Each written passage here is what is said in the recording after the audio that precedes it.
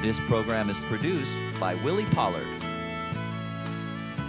And now, here's your host, Billy Pollard. Right now, I dug back in the archives one more time and pulled up another recitation. And this is a little bit snowy because it's kind of old, but it's a good recitation, friends. I tell you, the title of it is Grandpa's Hands. Well, if you stop and look at your hands, you can use them for something besides meat hooks.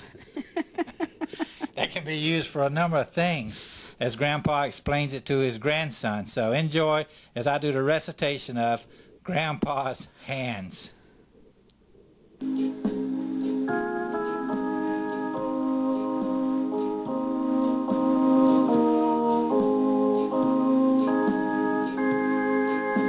One day, a long time ago, I went out on the front porch of our old home place, and I saw my old grandpa just sitting in an old rocking chair.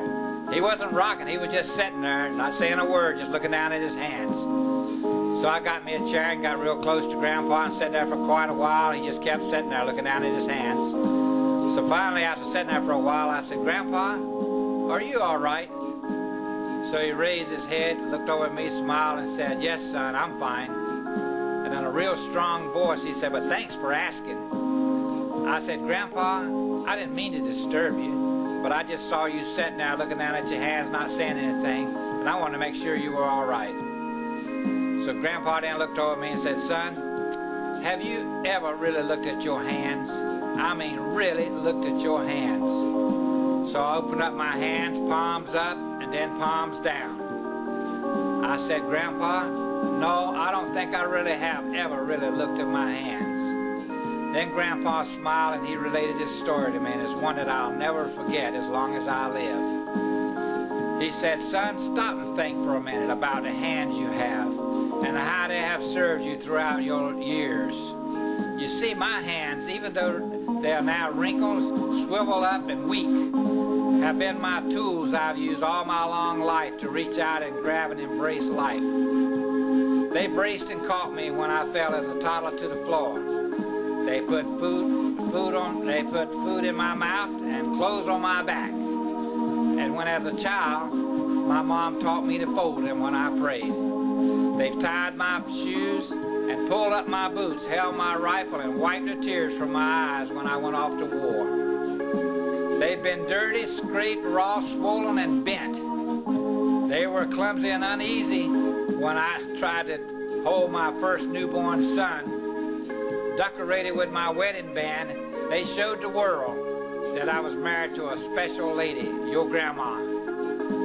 Yes, these old hands, they've trembled and shook when I buried my mom and dad and walked my daughter down the aisle. But they were strong and sure when I dug my buddy out of a foxhole and lifted the plow off my best friend's foot. Yes, these old hands, they've held children, consoled neighbors, and shook in fits of anger when I didn't understand.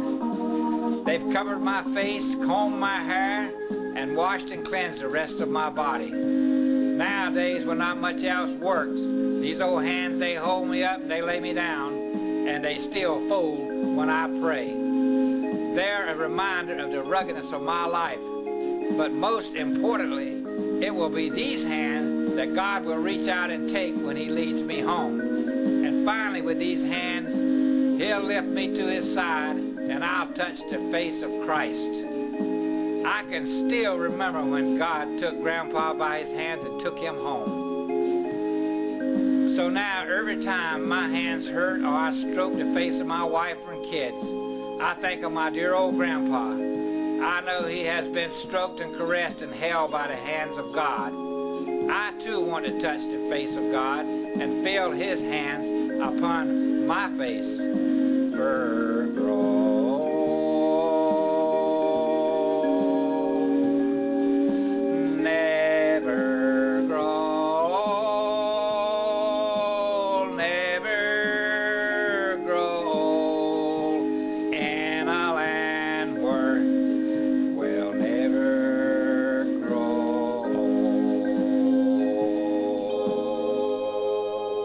That was a story of Grandpa's hands. I do trust that song blessed a lot of hearts out there, because what Grandpa had to say to his grandson, there's a lot of truth in it, friends, if you stop and think about it.